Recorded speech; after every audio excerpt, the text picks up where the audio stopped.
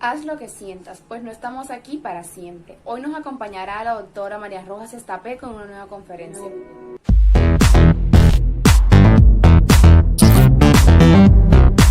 Alguien que es científico de alguna forma y que es una psiquiatra reconocida, ponga esto sobre la mesa, porque a veces se tergiversan y dicen, bueno, esto es magia, lo estás diciendo, no, lo crees, lo creas, vaya tontería, no.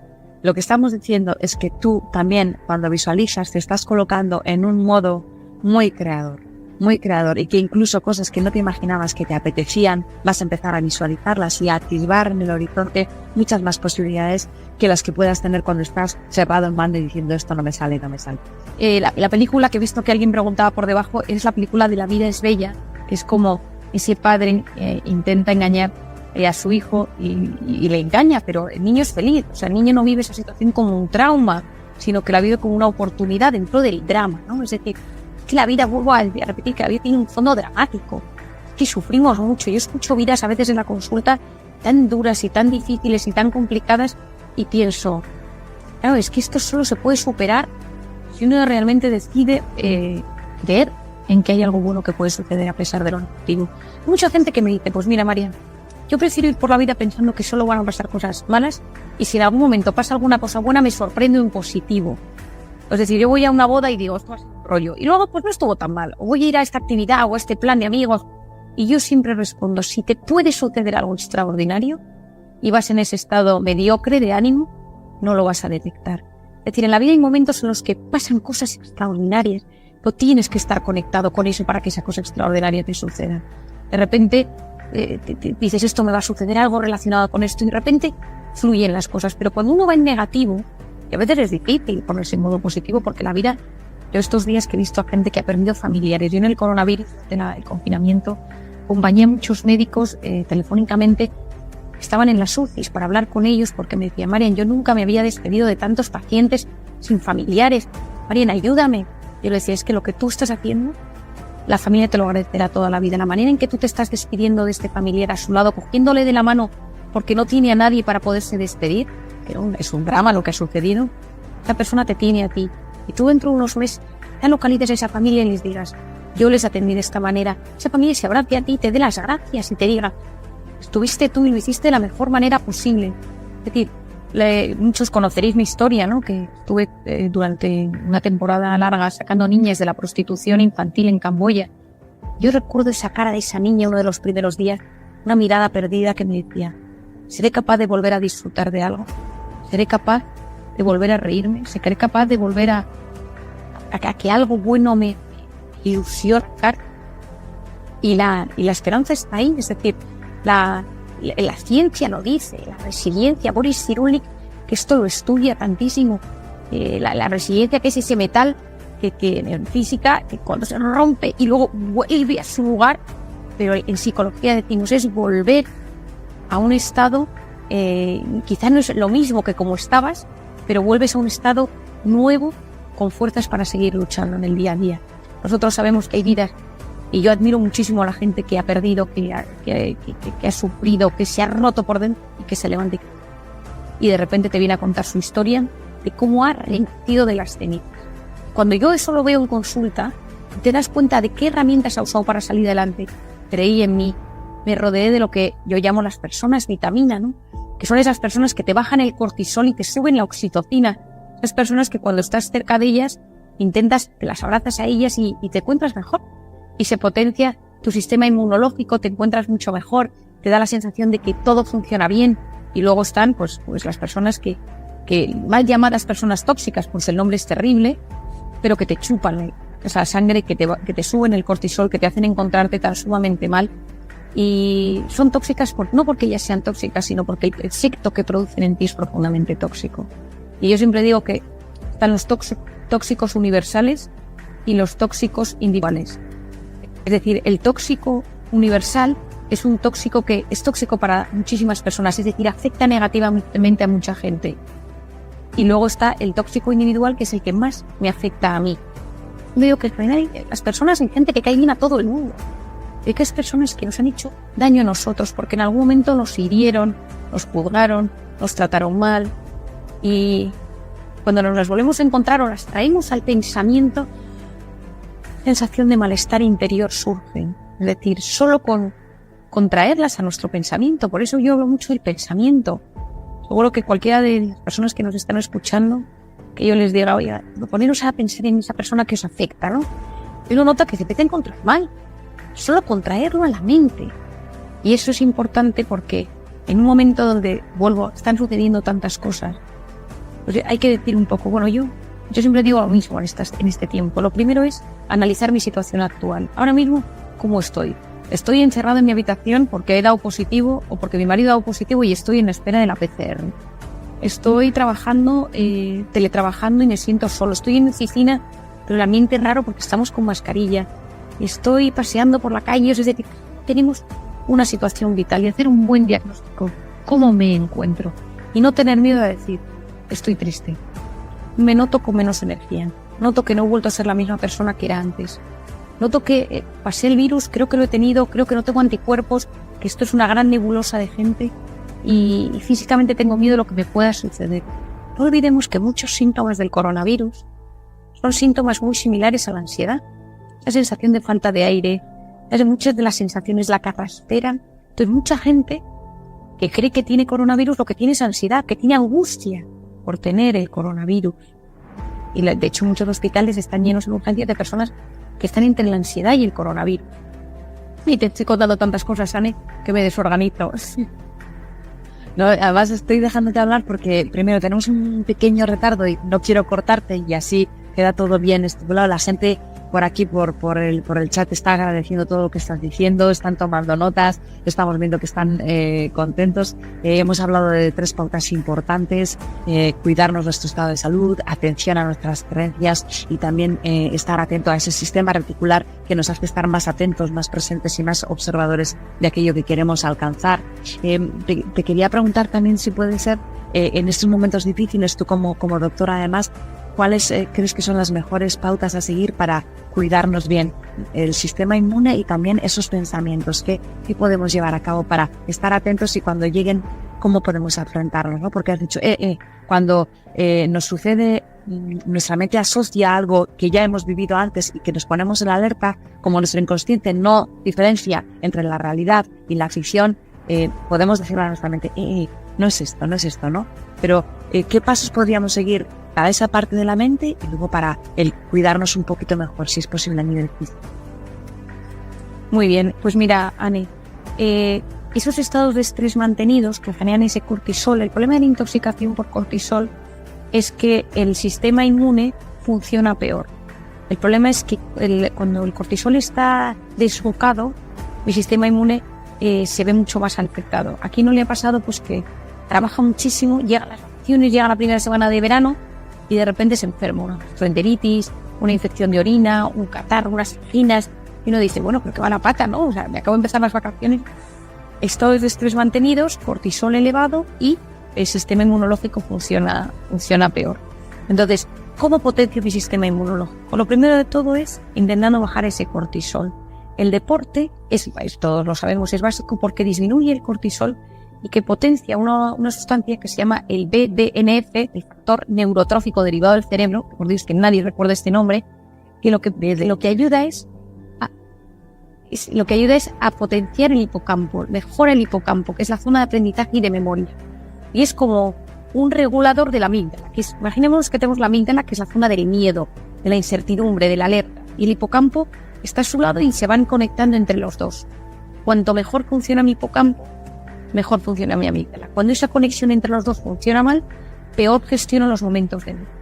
Sabemos que con el ejercicio bajamos el cortisol y potenciamos que el hipocampo y ese recorrido funcionen bien. Luego te voy a dar un truco que me funciona súper bien y yo lo recomiendo a todos mis pacientes, que es escribir. Escribir con boli y en hoja, o en papel y boli, pero no en el teléfono. Imaginemos que nuestro cerebro es amígdala que está ardiendo porque está llena de rabia, de miedo, de incertidumbre, de tristeza, y yo me pongo a escribir las cosas en un papel. Para que esa rabia llegue hasta el papel, por los circuitos cerebrales por los que se va moviendo, y es como si pasara de esa llama a 100 grados ardiendo al papel y pasara por congeladores. Y uno que lo pruebe uno esta tarde. Uno de vosotros que se encuentre un poco cansado, aturdido, triste, angustiado, empieza a escribir, me encuentro triste por esto, y lo escriba en un papel. Al cabo de 10 minutos va a notar una sensación de alivio. Por eso, desde hace unos años, por eso toda la vida la gente escribía sus diarios. Por eso la gente escribía cartas y se desahogaba con sus cartas, sus diarios, y se encontraba mejor, porque el escribir, y por toda la musculatura y todo el mecanismo que asocia, es un aliviador de los momentos tensos. No vale escribir en el teléfono, eso sí que no lo vale, porque eso no genera lo mismo. Lo tercero, sí, pero está en la parte motriz, todavía tenemos esta conexión, ¿no? Todavía tenemos, efectivamente, funciona de forma completamente distinta. Por otro lado, la tercera cosa que funciona es hablarnos bien, tratarnos bien. Y como decíamos antes, lo primero, un diagnóstico de cómo es mi tono conmigo, cómo me trato, de 0 a 10. Bueno, cuidado con el narcisismo, pero suelen ser los que menos, sino cómo me trato a mí misma o cómo me trato a mí mismo. Yo de 0 a 10 pues me estoy constantemente diciendo esto va a salir mal, mis hijos van a estar enfermos, mi madre me va a pasar algo malo, etc. Yo me hablo bien, y cuando yo tenga eso, analizar qué impacto tienen mis palabras en mi salud. Uno se va a dar cuenta que cuando uno se está tratando así de mal, algo te tiene que doler. Es la espalda, es la cabeza, es el estómago, es decir, o es la falta de aire, pero siempre hay un síntoma asociado. Y probar a intentar desbancar ese circuito de autoboicot. ¿Cuál es el primer paso, por pequeño que sea, que yo me puedo decir a mí mismo para que esto desaparezca? Imagínate que yo me digo, es que mi jefe me odia, ¿no? Entonces, mi jefe me odia y esto me bloquea mi trabajo porque mi jefe me odia. Entonces, uno lo primero que tiene que hacer es decir, ¿puede ser que yo esté exagerando un poquito este pensamiento negativo? Puede ser. ¿Es cierto que en algunos momentos he pensado que me odia y me trata bien? Es verdad. O sea, es decir, que no me odia siempre. Hay momentos en los que me trata peor. ¿Puede ser que mi jefe, cuando está nervioso, se lo tome contra los que estamos delante y ahí estoy yo? Puede ser. Entonces, en ese racionamiento yo me empiezo a encontrar mejor y me siento aliviado. ¿Pero qué sucede? Que a los 10 minutos vuelve mi cerebro a decirme, tu jefe te odia. Porque hasta que soy capaz de arrancar de raíz ese pensamiento, tardamos meses. Pero es un tema de práctica y se consigue. Por lo tanto, ejercicio, escribir con boli y papel, pensamientos positivos, personas vitamina, rodearnos de personas vitamina. Yo he hablado siempre muchísimo de la importancia del abrazo. Ahora que no nos podemos abrazar, y sin que nadie me malinterprete, abrazarnos con los que nos podemos abrazar. El que pueda abrazar a su hijo, que le achuche hasta aplastarle. El que pueda abrazar a su marido, es decir, con los que convivimos, nuestro núcleo, burbuja. Pero que tengamos a alguien. Porque el otro día leía un estudio muy interesante de una de las personas del mundo que más ha estudiado todo el tema de la afectividad, es un neurocientífico que decía que para encontrarnos bien necesitamos dar 8 abrazos al día. 8. Que estamos dando 0. Y damos codazos, que es que intuitivamente el codo tampoco es el lugar más cariñoso de nuestro cuerpo, ¿no? Bueno, ahora la OMS ha dicho que el codo tampoco, que simplemente con la mano en el corazón y a una distancia prudencial. Pero los pocos abrazos que podamos darnos, que los demos. Y que sean, si solo podemos dar un abrazo al día, que ese abrazo sea de verdad. Porque el abrazo, cuando existe ese piel con piel, ese contacto, automáticamente volvemos a activar la oxitocina y bajamos el cortisol. ¿A quién no nos ha pasado que estás en un momento malo, tienes un hijo con una rabieta, y en el momento que le empiezas a abrazar y a tocar, esa rabieta, que es una explosión de la amígdala, de esa zona del miedo, yo a mucha gente que no puede abrazar, por ejemplo, he recomendado, gente que no tiene a nadie, absolutamente a nadie, que le dé un abrazo, que vaya a algún sitio donde le puedan dar un masaje, ¿no? Que al menos tenga la sensación de ser pues, en la espalda, en la zona lumbar, es decir, porque es necesario que nuestro cuerpo sienta, sobre todo en nosotros que somos una cultura latina, que somos tan de expresar, de hablar, pues es importante para nosotros. Y luego todo el tema de la meditación, del mindfulness, de la oración, cada uno con sus propias creencias, ¿no?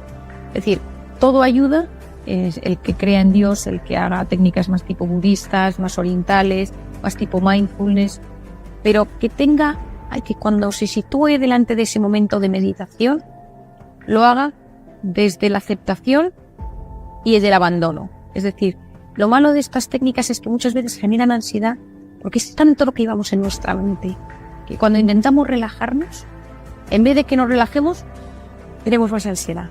Entonces muchas veces hay que ponerse en esa disposición de acepto que no lo puedo controlar todo, que era como empezábamos hoy nuestro directo, Anne, ¿Te acuerdas cuando empezamos diciendo no podemos controlarlo todo y acepto que hay cosas que suceden en el día a día que no puedo cambiar? Hoy parte de lo que nos enfada y nos enferma es que no aceptamos lo que nos está pasando en muchos momentos de nuestra vida. No aceptamos tener un hijo de esta manera, o un padre, o un trabajo, o un tema económico, y nos rebelamos contra cosas. La rebeldía en positivo es buena, pero la rebeldía que nos hace negarnos a la realidad, que nos hace no adaptarnos a lo que vivimos, es negativa porque nos enferma. Una de las cosas que más hablé yo durante el confinamiento era que había que adaptarse. Claro que nos negábamos al confinamiento, claro que nos negábamos al virus, claro que no queríamos eso, claro que nos desagradaba profundamente no poder salir a la calle. Pero esa sensación de adaptación era clave para nuestro sistema inmune y nuestro sistema psicológico. Entonces, cada uno de sus circunstancias sabe que es ponerse una música clásica. Pues el otro día un paciente me dijo que él hacía meditación con salmos, que le ayudaba muchísimo. Cada uno tiene sus técnicas, pero intentar esos momentos del día, desconectar para conectar con uno mismo, con el interior. Yo repetí mucho en el confinamiento, ya que no puedes salir fuera, métete dentro. Métete en tu interior, intenta trabajarte por dentro, porque eso hay mecanismos muy poderosos que se activan en el interior cuando uno pues hace cualquiera de estas técnicas. Y el sexto, la alimentación. Yo no soy una loca de la alimentación, considero que es difícil en el siglo XXI, pero intentar comer lo mejor que podamos, porque hay lo que se llama la CRI, la comida rápida inflamatoria, que es una comida que solo con comerla ya no me empiezo a inflamar. Generan estados de inflamación silentes. Claro, si luego aparece el virus o aparece lo que sea, si yo estoy un poquito inflamado es mucho más probable que yo me pueda enfermar. Entonces, en muchas ocasiones, el hecho de poder cuidarse, el poder de comer bien, va a ayudar, y de hecho hay depresiones que desaparecen o que se mitigan o que disminuyen cuando cambias la alimentación. Hay dietas hoy en día antidepresivas. Por lo tanto, esto ayuda a mejorar el estado de ánimo. Y el séptimo punto, que voy a decir un séptimo, es gestionar la pantalla. Soy una obsesa de este tema porque la pantalla, ayer había un titular en El Mundo de un escritor francés que me pareció que ha escrito sobre este tema. Yo tengo varias cosas también publicadas, pero decía, la pantalla nos quita todo lo que nos hace humanos. Es decir, un poco exagerado el titular, pero ¿qué es lo que sucede? Que a través de la pantalla, si no sabemos controlar, gestionamos mejor una pantalla que un ser humano. Nos comunicamos mejor a través de un WhatsApp que en el cara a cara. ¿Y cuándo cogemos nosotros el teléfono, Ani? ¿Cuándo coge cualquier persona el dispositivo? ¿Cuando está aburrido o cuando está estresado? Uno está aburrido, está estresado y dice, el teléfono. Esto no veo y le cojo. Entonces a mi cerebro le voy acostumbrando, entre el aburrimiento y entre el estrés, cojo el teléfono. ¿Por qué esto es así de negativo, por así decirlo? Porque el asombro y la creatividad nacen en los momentos de aburrimiento. Nadie ha creado nada espectacular en un momento frenético de hiperactividad, y menos mirando una pantalla. Uno mira a Newton, uno mira a Edison, uno mira a Aristóteles paseando por los jardines de Atenas, sentado debajo de un árbol, mirando un barquito. Es decir, en esos momentos de donde todo se para, donde ni hablo ciego de contemplación, sí. En esos momentos, justo, es ahí cuando nacen las cosas, es ahí cuando nace la creatividad, cuando nacen las ideas, cuando uno es capaz de mejorar las cosas de su entorno. Y hay que aburrirse y hay que aprender a gestionar el estrés. Esto en la gente joven es especialmente importante porque estamos generando una sociedad con una nula tolerancia a la frustración. Es decir, nosotros no tenemos capacidad de gestionar la frustración, porque cuando nos sentimos frustrados pedimos algo por internet para que nos lo traigan a casa. Tenemos Amazon Prime, compras algo por internet y te llega al día siguiente. Es decir, tú le vas engañando a tu cerebro con gratificaciones instantáneas. Sí, totalmente. Y no hemos aprendido a esperar, no sabemos esperar. Y el que sabe esperar en esta vida triunfa. La voluntad es la capacidad de posponer la recompensa y decir, yo voy a esperar, esto me apetece tenerlo ahora, pero voy a esperar. Me encantaría hacer esto ahora, pero voy a esperar. Entonces me vezco a mí mismo. Yo me comería esta bolsa de patatas fritas, pues espero. Me metería ahora en internet a ver cómo está todo por las redes sociales. Voy a esperar 10 minutos. Esos 10 minutos potencian tu corteza prefrontal, que es la necesaria para prestar atención, para tomar decisiones, para estar conectado con el hoy y ahora. Pero cada vez la corteza prefrontal está más deteriorada. Cada vez nos funciona peor. Estamos en un sitio donde hay un porcentaje, 1 de cada 5 niños está medicado por problemas de atención. Y esto es corteza prefrontal.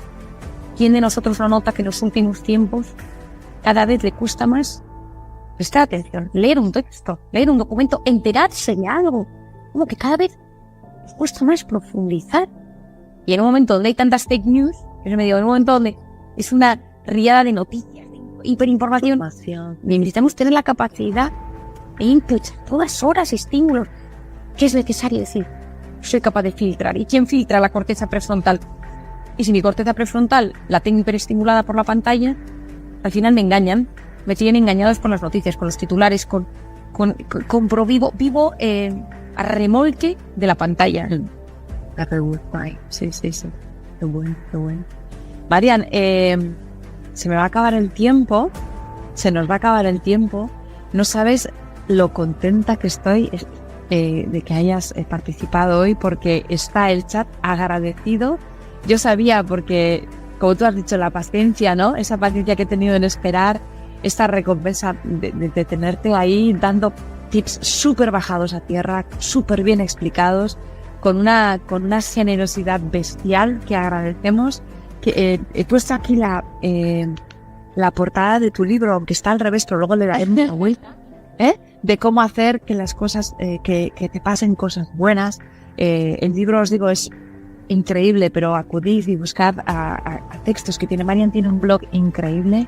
Estáis pidiendo que esto lo colgamos en YouTube, lo voy a colgar con el link al libro, con el link a la página de Marian, para que sigáis preguntando, consultando. Sobre todo, yo sé que ella lo que más quiere es que indaguemos sobre todo lo que tenga que ver en nuestro bienestar emocional y mental y corporal. ¿Por qué? Por nosotros mismos y porque somos parte de una sociedad a la que le debemos, y nos debemos todos estar sanos y bien. Que gracias de verdad, Marian, un placer tenerte aquí hoy. Si llegaste hasta el final de este video, dale me gusta, comenta, comparte y ten presente siempre que la vida es muy fácil, solo la hacemos ver difícil.